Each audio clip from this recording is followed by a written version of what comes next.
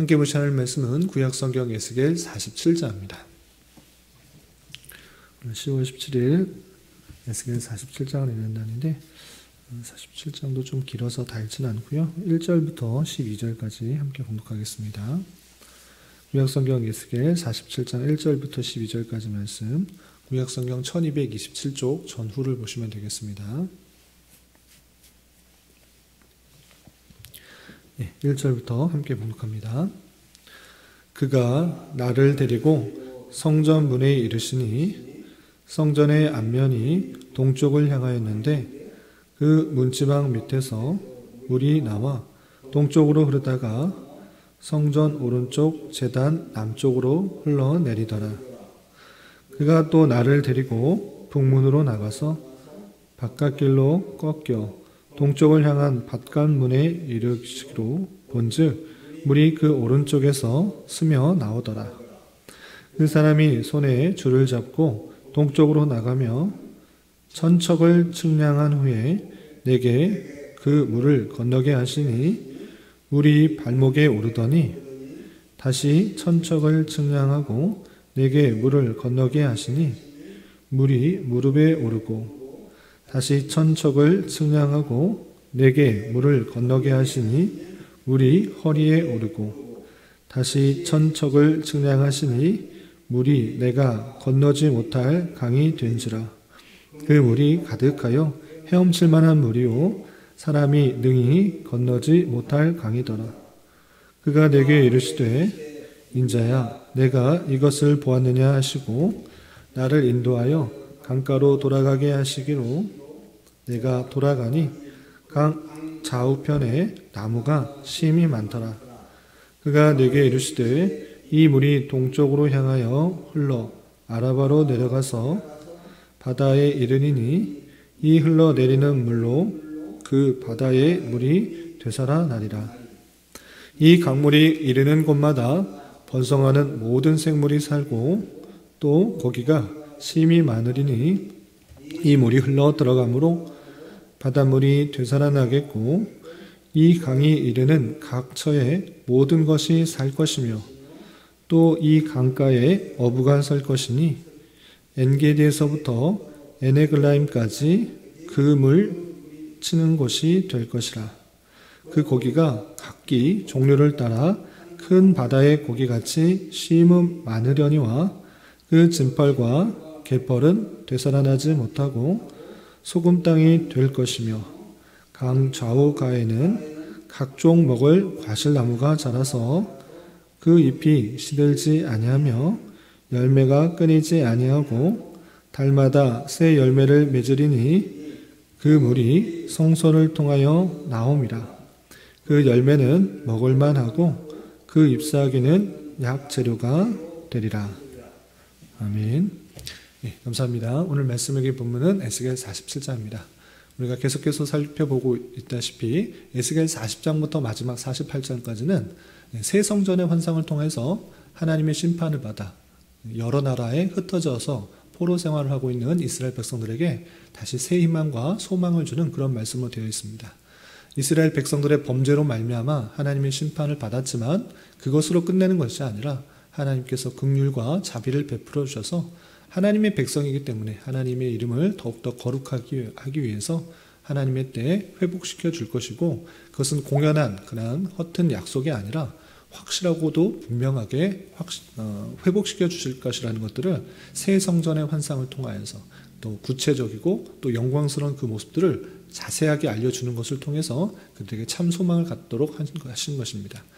그리고 회복된 그곳에서 드려질 제사의 모습과 또 여러 가지 윤리의 모습들을 통하여서 이제 새롭게 하나님의 회복된 모습에서 하나님의 통치 가운데 온전한 모습이 있을 것을 그들에게 알려주는 것입니다. 특별히 어제 읽었던 에스겔 46장에서는 회복된 백성으로서 지켜야 될 여러 가지 규례 중에서 여러 날 동안에 하나님 앞에 어떻게 제사를 드려야 되는지 제사에 대한 규례가 나왔을 뿐만 아니라 군주로서 그 기업을 어떻게 다스려야 되는지 그 왕에 대한 규례와 또 성전 부엌을 통해서 더욱더 거룩과 정결로서 그 안에서 살아야 될 것을 교훈하는 말씀을 드렸습니다. 그리고 이어지는 47장에서는 크게 두 가지 내용이 나오는데 우리가 읽었던 1절부터 12절까지는 성전에서 물이 나와서 동쪽으로 흘러 바다에 이르는 그런 장면이 나옵니다. 왜 물이 흐르는 것이고 그 바다에 흘러서 어떤 일들이 일어나는지 그것을 통해서 교훈하는 것이 무엇인지 함께 살펴볼 수가 있어야 될 것이고요. 그리고 우리가 읽지는 않았지만 13절부터 마지막 23절까지는 땅의 경계선과 분배를 구체적으로 어디부터 어디까지가 하나님께서 그들에게 허락하신 땅인지 어떻게 분배하는지 그 정신을 통해서 우리가 교훈받을 수 있는 것이 무엇인지 좀 알아보면 좋겠습니다. 우선 47장 1절부터 12절까지는 성전에서 물이 나오게 되는데 왜 물이 나오는지 그리고 불의 역할들이 무엇인지 좀 말씀을 한번 읽어보도록 하겠습니다.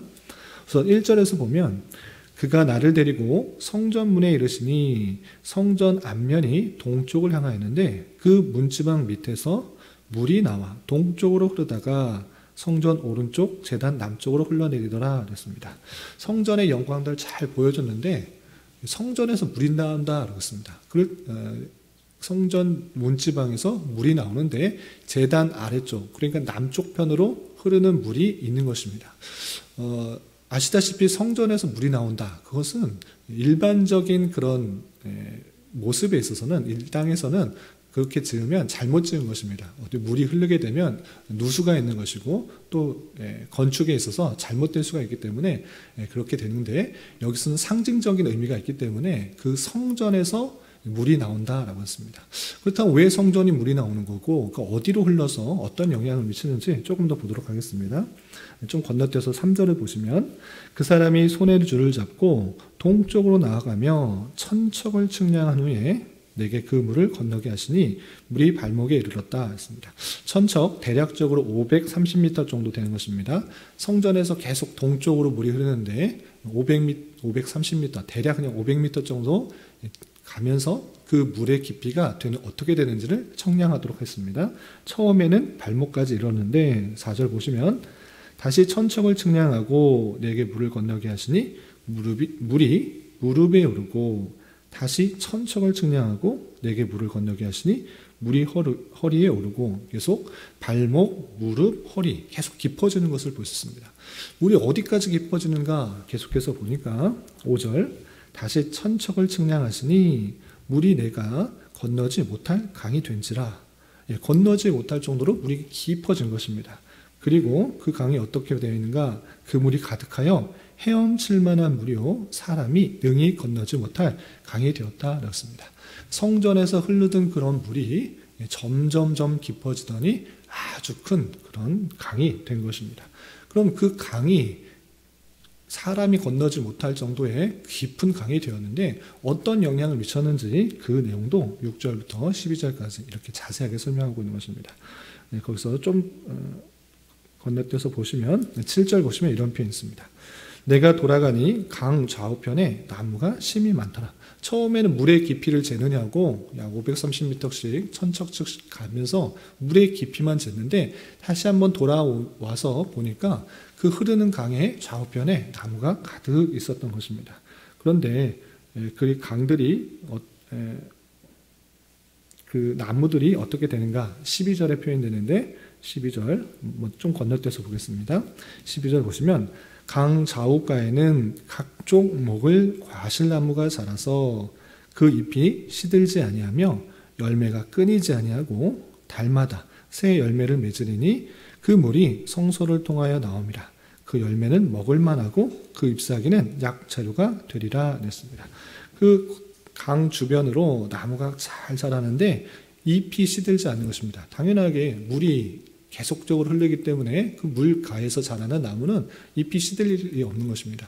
충분한 물을 공급받기 때문에 나무가 잘 자랄 뿐만 아니라 과실도 잘 열매 맺는 것입니다. 그래서 달마다 새 열매를 맺어서 풍성하게 열매를 과실을 맺게 되는 그런 역할을 한다 그랬습니다. 뿐만 아니라 그 열매를 먹을만 할 뿐만 아니라 그 잎사귀는 어떻게 되는가? 약 재료가 된다 그랬습니다. 과실도 먹을 뿐만 아니라 잎사귀도 하나 버릴 데 없이 약 재료가 되는 그런 내용들을 알려주고 있는데 특별히 약 재료가 된다라는 것을 통해서 치유하는 역할들을 할 만한 그런 나무가 잘 자라게 되는 그 모습을 볼 수 있습니다. 그렇다면 그 강가 주변으로 해서 나무만 잘 자라는 역할을 하게 하는가? 그것이 아니라 그 안에서 죽었던 모든 것들이 다시 소생되는 역할을 하는 그 일도 볼 수 있는 것입니다. 그 내용이 또 8절부터 10절까지 이렇게 표현됐습니다. 먼저 8절을 보시면 그가 내게 이르시되 이 물이 동쪽으로 향하여 흘러 아라바로 내려가서 바다에 이르니 이 흘러내리는 물로 그 바다의 물이 되살아나리라 했습니다. 동쪽으로 흘러가고 있습니다. 지금 예루살렘에 있는 예루살렘으로 환상 속에 불러내셔서 새롭게 세워질 성전의 모습을 보여주시고 그리고 그 성전에서 나오는 물이 동쪽으로 계속 흐르는데 이 동쪽으로 내려가서 바다에 이르렀다 그랬습니다. 팔레스타인 지역을 보시면 아시겠지만 예루살렘에서 바다는 어디 있습니까? 지중해가 어디 있습니까? 서쪽에 있는 것입니다. 그런데 동쪽으로 물이 계속해서 흘러서 바다에 이르렀다라고 했을 때 이 바다는 실제 큰 바다가 아니라 예루살렘 동쪽에 있는 사해, 염해라는 것을 알 수 있습니다. 염해는 너무나 소금기가 염분이 강하기 때문에 어떤 생물도 살 수가 없기 때문에 죽은 바다다. 그래서 사해라고도 불려진 것입니다. 이 죽어있는 바다에 물이 흘러서 어떻게 되었는가? 바다의 물이 살아난 것입니다. 물이 흘러서 그 죽었던 사해라고 불리는 그 생물이 살 수 없는 그 곳에 물이 흐르자 바다가 살아난다 그렇습니다.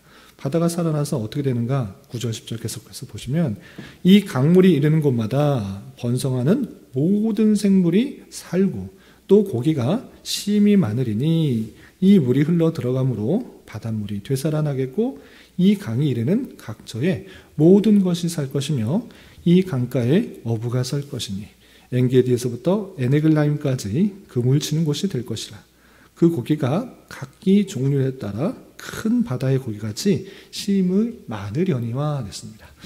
사해, 죽은 바다, 전혀 살 수가 없는 생물들이 살 수 없는 그런 환경 속에 있는데 성전에서 흐르는 그 물이 아주 많이 흘러서 주변에 있는 나무의 실과들을 잘 자라게 하고 번성하게 할 뿐만 아니라 죽었던 바다가 살아나는 것입니다. 물고기들이 너무나 많아서 곳곳에서 금을 치고 물고기를 잡는 그런 일이 일어날 것이다. 고기가 상당히 많을 것이다. 모든 것이 되살아나게 될 것이다. 라고 표현해주고 있는 것입니다. 여기서 무엇을 뜻하는 것입니까? 무엇을 상징하는 것이겠습니까? 이 생수가 다름 아니라 실제 성전에서 물이 흘러서 바다를 살리겠다. 이런 것이 아니라 그 성전의 역할이 무엇인지를 상징적으로 잘 보여주는 것입니다. 그냥 성전 자체의 의미는 계속적으로 나누었다시피 하나님께서 우리와 함께 계시다라는 것들을 알려주는 것입니다. 눈에 보이지 않으시는 영이신 하나님께서 눈에 보이지 않기 때문에 정말 있느냐 없느냐 잘 모르겠다 이런 인생들의 그런 걱정과 또 근심들을 덜어주시기 위해서 하나님께서 함께 계시다는 것을 보여주시기 위해서 이 성전을 통해서 그곳에서 예배하는 것을 통해서 하나님의 중심의 신앙들을 하도록 하신 것입니다.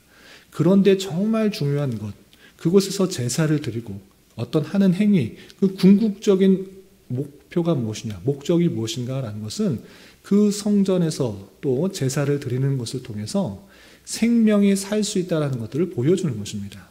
성전이 함께 있음으로 말미암아 궁극적으로 죽었던 영혼이 다시 살아난다는 것을 보여주는 것입니다. 그래서 그 성전으로부터 생수가 나와서 처음에는 발목 또 무릎, 허리 건널지 못할 그 모습으로 채워져 가지만 궁극적으로 썩어져 있던 아무도 살지 못하는 그런 곳에 생수가 흘러서 죽었던 것이 다시 살아나고 또 죽었던 나무들이 다시 열매를 맺고 약재로 쓰이는 풍성한 회복이 있게 된다는 것들을 보여주는 상징적인 의미인 것입니다. 이 생수는 누구겠습니까? 그것은 다름 아니라 예수 그리스도를 타는 것입니다. 예수 그리스도를 통해서 죽었던 영혼이 다시 살아나고 또 풍성한 성령의 열매를 맺게 하시는 그 놀라운 능력들을 이 에스겔의 환상, 특별히 성전에서 물이 흘러나가는 그런 환상을 통해서 알려준 것입니다. 이런 말씀이 하나님의 택하신 그 백성들에게, 특별히 포로되었던 그 백성들에게, 아무런 소망이 없던 그 백성들에게 다시 한번 알려줌으로 말미암아 생명수 같은 그 구세주를 통해서, 메시아를 통해서 우리가 참다운 회복을 얻고 또 다시 살아날 수가 있고 풍성한 열매를 맺을 수 있다는 소망을 갖도록 하신 것입니다. 그리고 이 말씀은 그냥 제가 지어낸 말이 아니라 예수님께서 직접적으로 제자들에게 내가 생명수다, 내가 생명의 강이다라고 표현했던 것입니다. 요한복음 7장 37절 38절에는 이런 표현이 있습니다. 제가 한번 읽어드리겠습니다. 요한복음 7장 37절 38절인데 제가 봉독하겠습니다.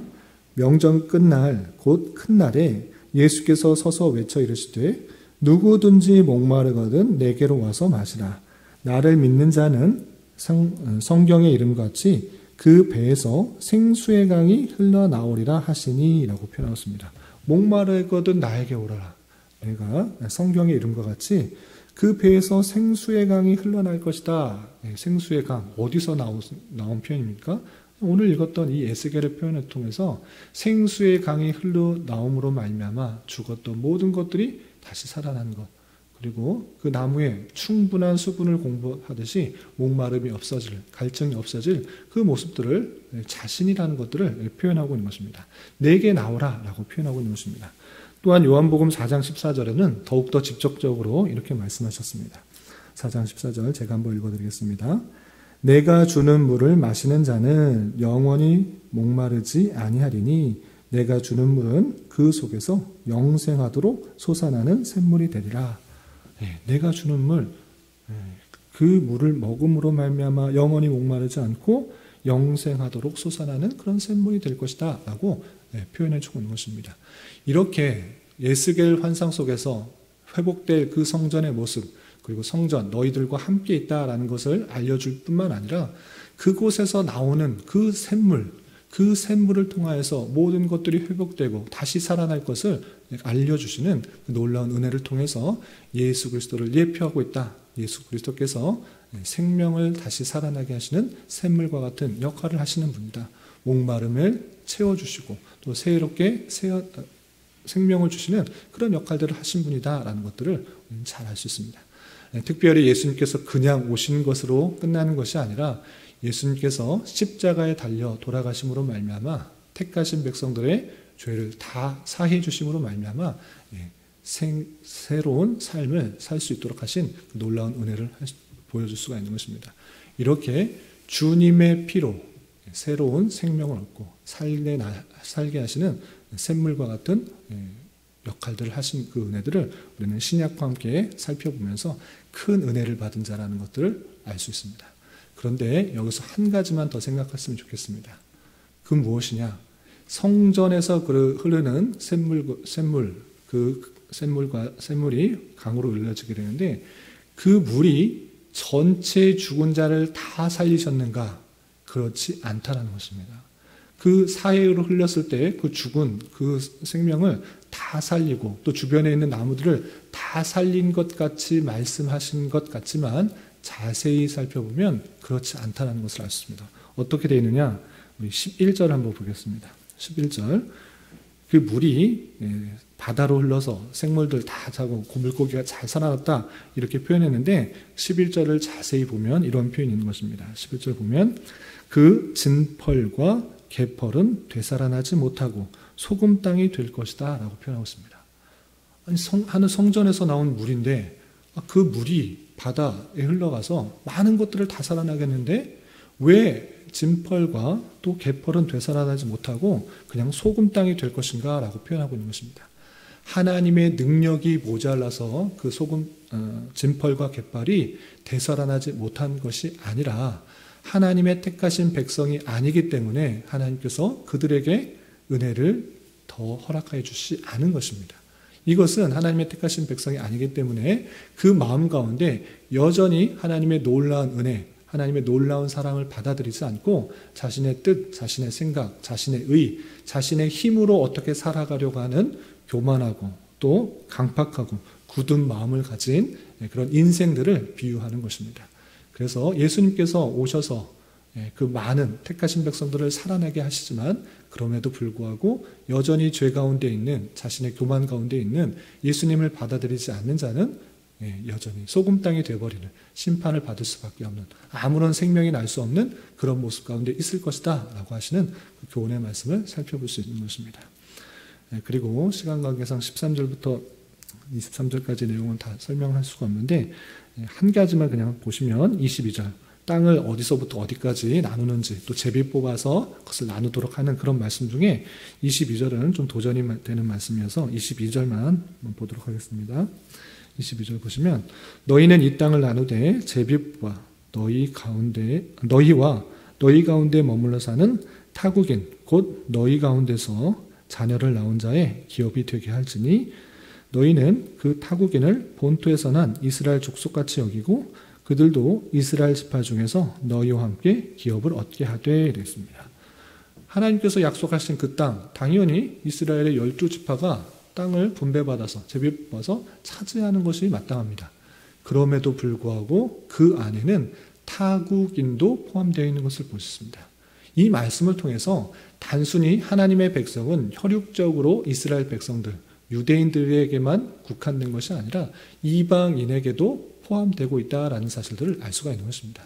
이런 말씀이 있기 때문에 또 신약과 연결되어서 하나님 말씀이 이방에 전 세계에 복음이 전파되고 오늘날 우리에게까지 복음이 전파되어서 하나님의 자녀가 되는 은혜를 주셨고 죽었던 우리 영혼이지만 하나님의 샘물과 같은 보혈로 인하여서 새 생명을 얻었다라는 것들을 우리는 감사할 수 있어야 될 것입니다. 이런 말씀을 대함으로써 성전에서 흘러나오는 샘물 그로 말미암아 우리가 새 생명을 얻었다. 그것은 다름 아니라 예수 그리스도의 보혈의 능력이고 또 보혈의 은혜라는 것들을 잘 깨닫고 하나님의 은혜로 우리가 택함을 받아 또 구원을 받았고 새 생명을 얻은 것답게 모든 사람, 이 세상에 있는 모든 사람이 아니라 택하신 백성에게 주신 은혜가 있다라는 것들을 기억하며 그 은혜를 받은 자로서 더욱더 감사 찬송하며 주님의 보혈을 또 주님의 은혜를 찬송하는 자가 되어야 될 것입니다. 특별히 10월 한 달은 감사의 달로 보내고 있습니다. 다른 사람들과 비교하면 내가 또 더 많이 못 가진 것 같아 그런 보이지만 성경 말씀에서 우리에게 주시는 것은 그 영혼이 주님께 붙들려 있고 주님의 택하심을 받았다고 하면 충분한 은혜를 받은 것이다. 우리가 건너지 못할 그런 물에 잠겨 있는 것 같은 풍성한 은혜를 받은 것이다 라고 생각하면서 하나님과의 관계 속에서 또 새 생명을 주신 그 은혜에 더욱더 감사 찬송하며 또 하나님께 그 풍성한 감사를 올려드리는 그런 삶을 살아야 될 것입니다. 오늘 하루 또 남은 한평생 이렇게 하나님께 감사 찬송을 올려드리며 주님을 높여드릴 수 있는 저와 여러분 되시기를 주님의 이름으로 부탁을 드립니다. 기도하겠습니다. 하나님 아버지 감사합니다. 오늘 말씀을 통해서 새 성전 문지방 밑에서 물이 나와 건너지 못할 강이 되고 그 강으로 말미암아 모든 생물이 다시 살아나게 될 것이라는 말씀을 대하였습니다. 이런 말씀을 대하는 자로서 오직 예수 그리스도로 말미암아 참된 생명이 살아나게 됨을 잘 깨닫게 하여 주시고 우리의 죄를 위하여 대신 돌아가셨을 뿐만 아니라 우리의 참된 왕이 되어주시는 것에 참으로 감사하시는 자 되게 하여 주시옵소서. 특별히 나라와 민족을 위하여 기도합니다. 이 나라의 위정자들 가운데 주님 함께하여 주시고 지혜와 능력을 더하여 주셔서 올바른 통치를 할 수 있도록 인도하여 주시며 모든 백성들이 고요하고 평안한 삶을 살아가며 하나님을 섬기는데 부족함이 없는 나라 되도록 긍휼을 베풀어 주시옵소서. 주님, 10월은 감사의 달로 보내고 있습니다. 한 해를 되돌아보며 가장 필요한 것으로 가장 선하게 역사해 주신 하나님께 진심으로 감사하시는 한 달과 또 남은 한평생이 될 수 있도록 인도하여 주시옵소서. 주님, 교회 가운데 육체 연약함과 질병으로 직장과 사업장의 문제로 가족의 전도와 또한 결혼을 위해 또한 말할 수 없는 여러 가지 이유로 주님께 간절히 부르시며 나아가는 여러 지체들이 있습니다. 주님 그들과 함께 하시고 그들의 기도 응답해 주시사 우리의 기대와 바람보다 훨씬 더 풍성한 것으로 채우신 하나님을 깊이 경험할 수 있는 기회 되도록 인도하여 주시옵소서. 이 시간 한 주간의 삶을 올려드리며 각자 간절히 간구하는 기도 제목 주님께서 들으시고 가장 선한 것들로 응답하여 주시옵소서. 예수님의 이름으로 기도 올리옵나이다. 아멘.